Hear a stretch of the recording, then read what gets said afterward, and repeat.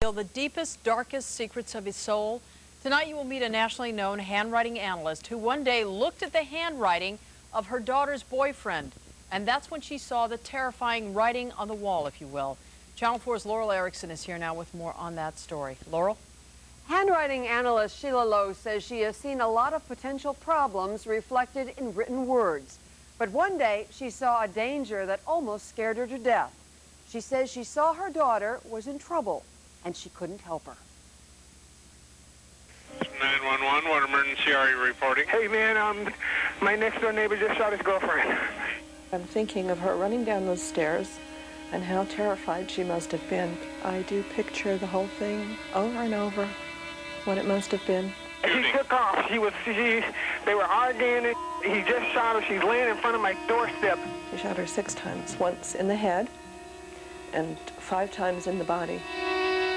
On February 19th, 27-year-old Jennifer Lowe was shot and killed by her boyfriend, Tom Schneibel, an agent with the Immigration and Naturalization Service. Schneibel then turned the gun on himself, firing a single, deadly shot into his own head. She knew he was abusive. She just couldn't see the way out. She was playing the piano. Although Sheila Lowe is not the only mother whose daughter has ever been murdered, she may be the only parent who knew her child was in mortal danger. How? Sheila Lowe is a handwriting expert, one of the leading authorities in America, and she says she saw danger in the handwriting of her daughter's boyfriend, Tom. But there were things that disturbed me, particularly the habit of being controlling.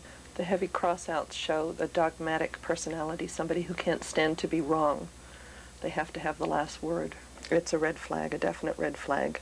According to Sheila, Tom's darker personality began to reveal itself during holiday celebrations in the Lowe home. For fun, Tom often gave Sheila samples of his writing for her to analyze. The cursive writing shows tremendous tension.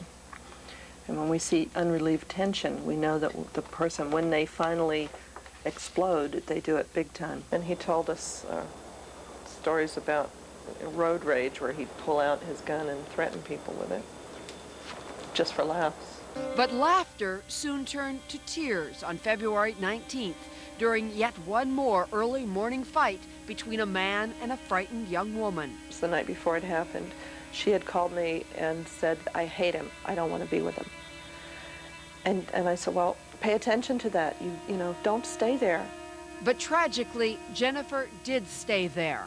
And at about 3:15 a.m., all the fear and anger and red-hot violence that Sheila saw in the angry turns, loops, and swirls of Tom Schneibel's handwriting came to life, then ended in death. It's the first thing that I think about when I wake up in the morning, and it's the last thing I think about before I go to sleep every night. Sheila Lowe says she is suing Schneibel's employer, the INS, for $20 million for allegedly not investigating a series of threats that he reportedly made against her daughter. The INS refused an invitation to appear in this story, but they have issued a statement denying all charges made against them. Paul and Colleen, back to you.